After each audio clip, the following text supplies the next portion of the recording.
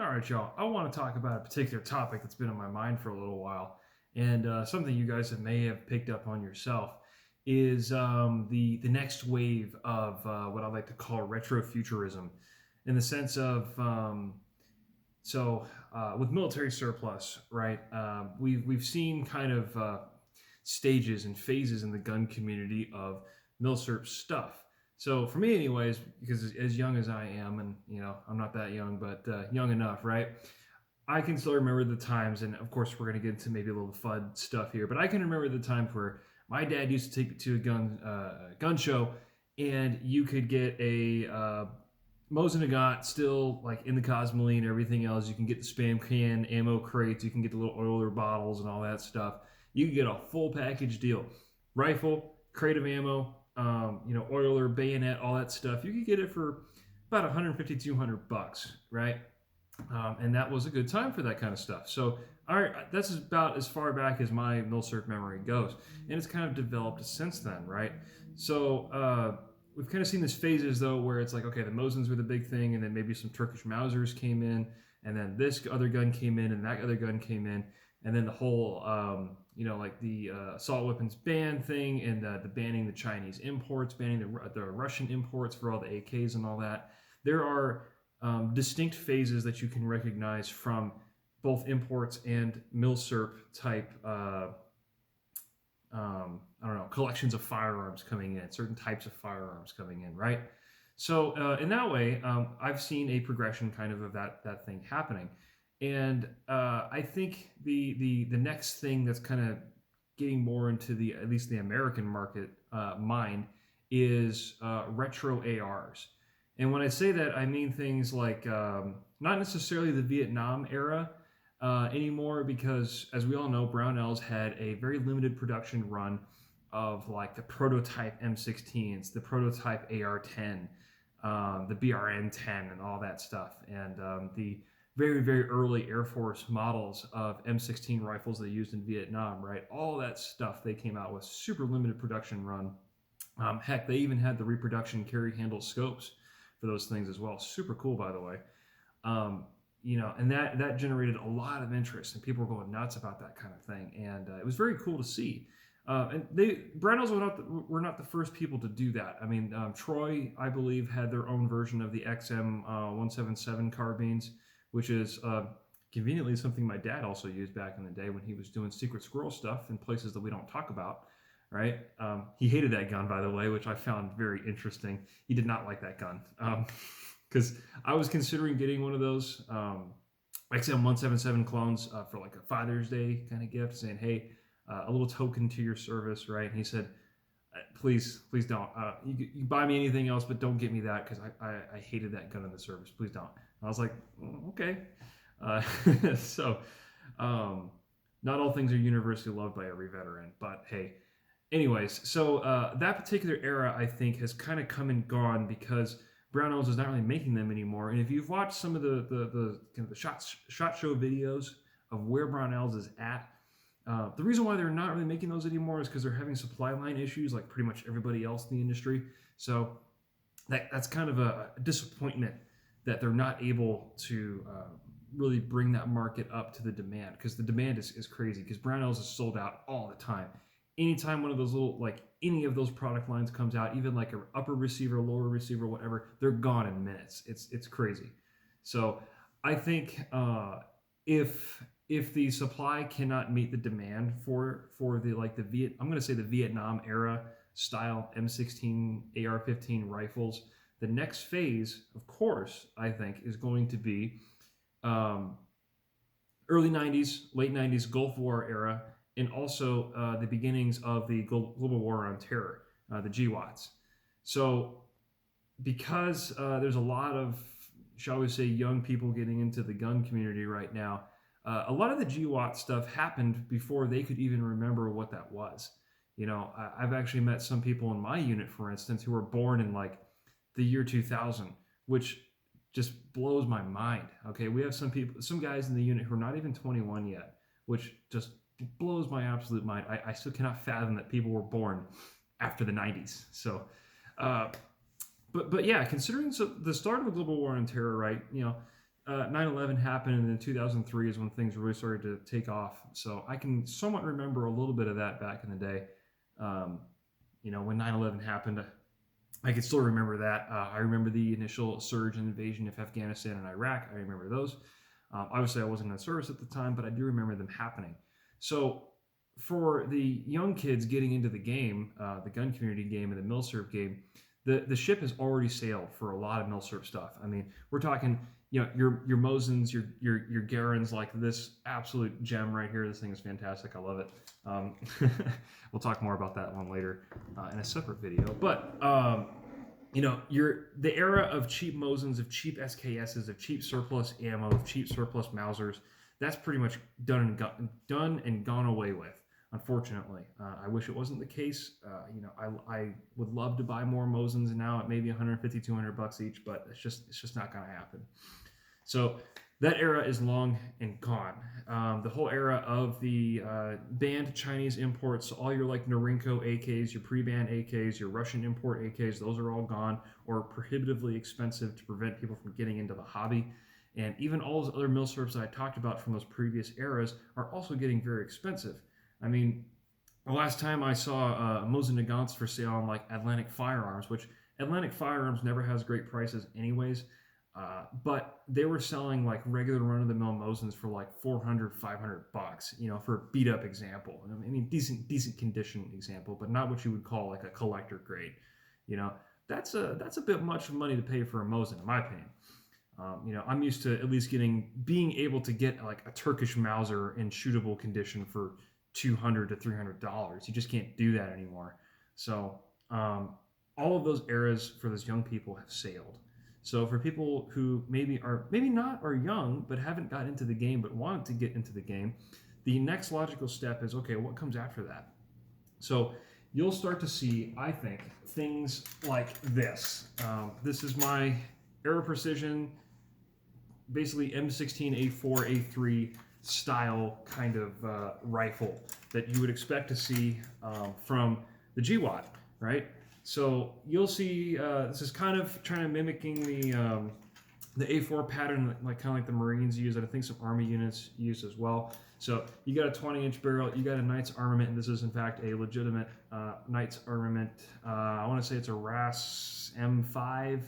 I think it's called. Anyway, the big ass quad rail with all the nice covers and the broom handle foregrip. We got a Maytech, legit Maytech rear sight here. That was not cheap. A2 style full length rifle stock, aluminum mag, of course. No P mags here. All right. Standard A2 flash hider. I did change the grip on this. This is an A1 style grip that doesn't have the thumb or the middle kind of flange thingy, which I absolutely hate. I detest. And of course, a standard, nothing fancy, sling. So really the only things I'm kind of missing on this are one of the 4x ACOGs, right? Those are also a little expensive. I'll get one day, but I don't have one right now. So yeah, this is basically what you can expect for your standard kind of A4, A3 style clone. And I think that is going to be the next kind of wave or stage of mil-surp when it comes to mil-surp and cloning, because obviously one of the advantages of the old mil-surp stuff is that most of the things that we saw were not select fire. They were not machine guns originally, so ATF can't say that's a machine gun, you've got to destroy the receiver. And that's why you get AK parts kits, because the AKs were made to be machine guns, and ATF says once a machine gun, always a machine gun, so you have to destroy the receiver, and then you have to go buy the parts kit, and you have to go find someone who makes a receiver and put it all together and do all the work, blah blah blah, right? But a bolt action is not an automatic. Semi-auto M1 Garand is not automatic, right? So that's the reason why we saw so many of those and get proliferated as much as they did, because in legal terms they were much easier to deal with. Unfortunately, though, the world has moved on, and so the majority of military firearms now that are going to be mil-surped are going to be automatic styles, like this. So obviously that's not a machine gun, but you get what I'm trying to say. So, and heck, even Ian McCollum, though, there Forgotten Weapons had a video where some of the earliest AR-15s, M16 style guns are now becoming CNR, which is absolutely mind-blowing to me to even think about that. So as the years go on, more and more things will become CNR. They'll become easier to get. They're going to be mil-surped out. I expect at some point, if the government plays nicely, the U.S. government plays nicely, the M9s that are currently in service right now will be surplus in some way, shape, or form. Hopefully, I really, really hope, because man, I kind of want to own a beat to shit military service M9. I just kind of want one, because that's the sidearm that I served with. And now, of course, the SIG M17 and M18, but I can get a modern iteration of those anytime I want. But yeah, so the next wave of things that are going to be surplused by any nation's military coming out in the future is going to be automatic in nature, unless it's like a DMR style rifle. But even then, if countries do surplus DMR style rifles like a big 308 or a 7.62 by 54R, like a Dragunov style rifle from some of the former comm block countries, right? That stuff is going to be prohibitively expensive. I guarantee you they will. I think mostly for cool factor, to be honest. I don't think it's anything having to do with the quality or the ability of these rifles. It's just cool factor. So mil-surp has always had an interesting position when it comes to value and what you're actually paying for. And that's definitely been inflated in the last couple of years, in my opinion. So I definitely do think a Mosin is, in fact, a $150 to $200 rifle. I don't think it should be anywhere near the value of any, shooter grade Mauser, in my opinion. For most shooter grade Mosins, I would value them much lower than a shooter grade Mauser from any country. It's just my personal opinion. But we're not talking about that. Like I said, so predictions for the future is the next stage is going to be early Gulf War and GWOT style, mostly going to be centered on the venerable M16 AR-15 platform. You've already seen maybe some examples of this where people are saying, oh man, I really want to get a carry handle now. I want to get a fixed carry handle. I want to get an A2 upper receiver. I want to get an A1 upper receiver. A1s are actually still a little bit popular right now, but I think the interest is going to fade quite quickly, because I think, frankly, most manufacturers still have the provisions for A2 fixed carry handle uppers versus the A1s. The A1s are kind of not as well spread, I guess, as the A2s. But most manufacturers do make a A3, A4 flat top upper, just like you see here. It's the most common pattern, frankly, of AR-15 receivers, as well as the lower receiver being your typical fare when it comes to the styling of it, the fencing of the magazine release here, the parts that it takes, and the general shape and design of it. The A2, A4, A3, whatever you want to call it, that pattern is, without a doubt, the most popular pattern that you'll see from manufacturers and people buying and owning and customizing and doing things with. So I've seen so much from the gun community of dudes going out of their way to get a fixed carry handle, or sometimes even a detachable carry handle, and then attaching that silly, I think it's a silly kind of little rail that you can screw into the top of it, and then they put a red dot on top, and they're like, oh man, it's retro vibes, dude. And I'm like, you guys would have laughed at this 10 years ago, but now you think it's cool because, like I said, that is what I predict to be the next phase of the cool mil-surps, the cool cloning that you want to do, that the gun community says is cool and in vogue and hip at the time. So, says me. I definitely believe that. So, that's also, it has nothing to do, though, partly with why I kind of own this. I just wanted a nice example of an A4, A3, because I really like the M16 A3 from Battlefield, of all places. It's one of my favorite rifles to use because it was crazy overpowered and everyone and their mother used it. But I also started to learn the virtues of a 20-inch barreled AR with a rifle-length gas system and buffer tube. It is a phenomenally smooth action, very, very fun to shoot. Honestly, if you've never shot a 20-inch AR, and you've only shot like carbines or pistols and stuff in the AR platform, definitely give a full rifle length upper setup correctly a try. Give it a try because it is phenomenal, fantastic, smooth. The way Eugene Stoner intended, right? So that's the main reason why I own this thing, mostly for cool factor, but also the fact that it is immensely practical. This thing is a very capable fighting rifle. I don't care what anyone says.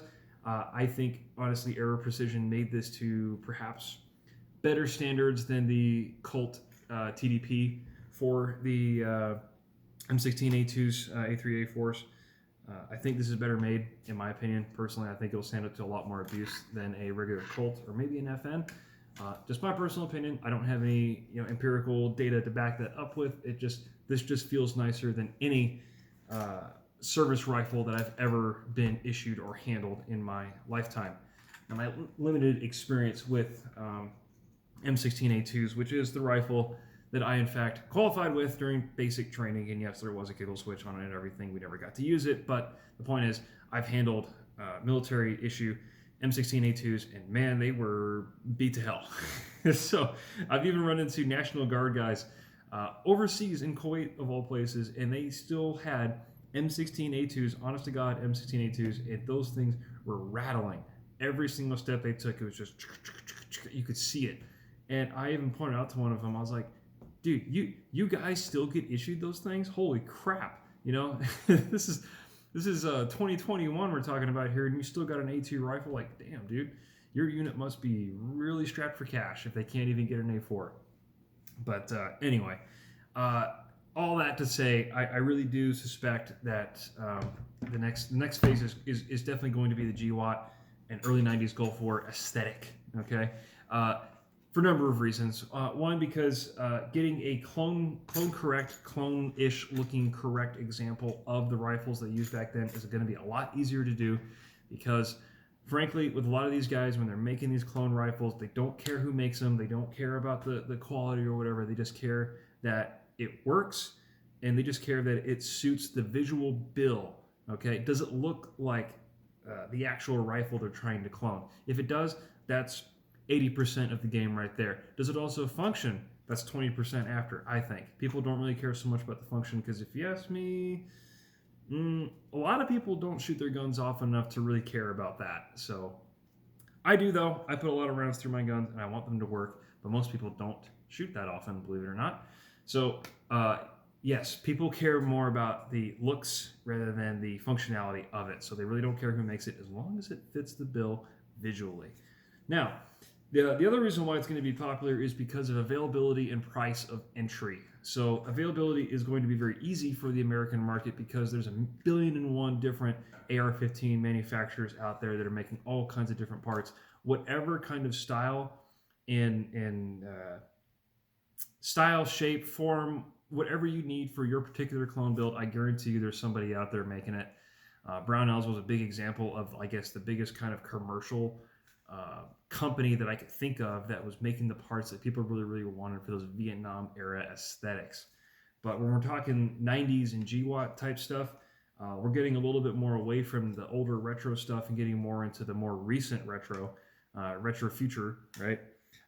That gets into patterns that are more readily available, more often made. Like I said, the A3, A4 style flat top upper, which everyone and their mother makes a billion different versions of. So that, and also the fact that these parts are cheap. I don't mean cheap as in like quality, I mean cheap as in price. So, you can buy from Aero Precision today, I'm not shilling for them, I'm just saying as an example. You can get an upper like this for like what, 70, 80 bucks maybe, maybe even less than that if you get it on sale, right? And then the lower will probably cost you around the same as well. And then you put all your favorite or mil-spec GI parts, and if you want to put authentic GI parts in these things, you absolutely can.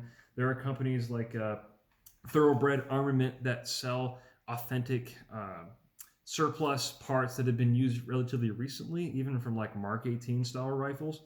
You can get a authentic Mark 18 upper, from Thoroughbred and other people like that. I think that's pretty cool. You can get like authentic bolt carriers, handguards. I've got another carbine handguard from Knight's Armament. It looked like it had been through Afghanistan probably 3 or 4 times. It's just absolutely beat the shit. It was full of sand when I got it, and I'm like, man, this is super cool. Unfortunately, I don't have a carbine set up right now for that, which is a shame. I really need to go get one so I can make a M4 style carbine. So I can set it up how my base has it for their security forces, their rifles. They have M4 carbines, and they're set up in a certain way. And at some point, I will go out of my way to go buy all the silly equipment to go do that, to make a clone correct one. So I'll have like an Aimpoint Comp M2. I'll have a PEC 15 up in the front that, you know, I really don't need.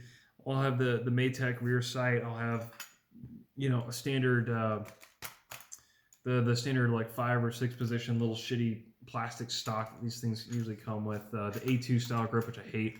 The Knight's quad rail, all that stuff. I will do all of that at some point to make a clone correct rifle. Okay, so that's definitely what I think is going to be the next stage. I don't know how long it's going to last or when exactly it's going to like kick off and be the next like big thing in the gun community, but you've already seen people like Garen Thumb making a video about retro rifles and why they're still kicking ass and blah blah blah. You know, he would definitely not be the first to say or recognize the trends that are going on. I definitely have thought this for a number of years. I just never thought about bringing it to the forefront, really, because I don't think anyone cared to hear.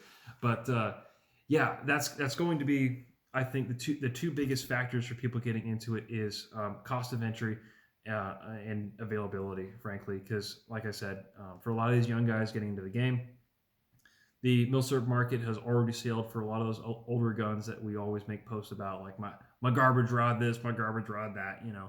My favorite Mauser this, my favorite Mauser that. You know, your great grandfathers or your grandfathers wore bring back K98 or P38 pistol. You know, all that stuff is long gone. It's still available, of course, but you will pay a pretty penny for it. It's not cheap anymore. It just isn't. But if you want to get a rifle that kind of fits every single bill that you could want it for, because frankly, you know, I got this thing for cool factor, but this is absolutely a practical fighting rifle. If I need to take this hunting, for instance, I can do that. If I want to take this plinking with the boys out in the desert, I can do that. If I need to secure my freedoms as outlined in the Bill of Rights and the Constitution of the United States, I can absolutely do that with this, okay? So if you can have a rifle that is relatively affordable, if you can have a rifle that looks the part and fits the aesthetic that you want, great. And if it's also available and it works in a practical application, dude, you've got the complete package, right? Functionality and looks all put together with a nice affordable cost, dude, you're sitting pretty, man. So I really think that's really a lot of the reasons why I really do believe the next phase is going to be, like I said, early to late 90s Gulf War GWOT vibes. You know, it's the best way I can describe that. So I think this thing definitely fits the bill of that. I do, in fact, have a a detachable carry handle that lived on this thing for the longest time. I love the looks of it, but if I'm going to be more correct, I got to have the Maytech rear sight, which honestly, you know, it works okay.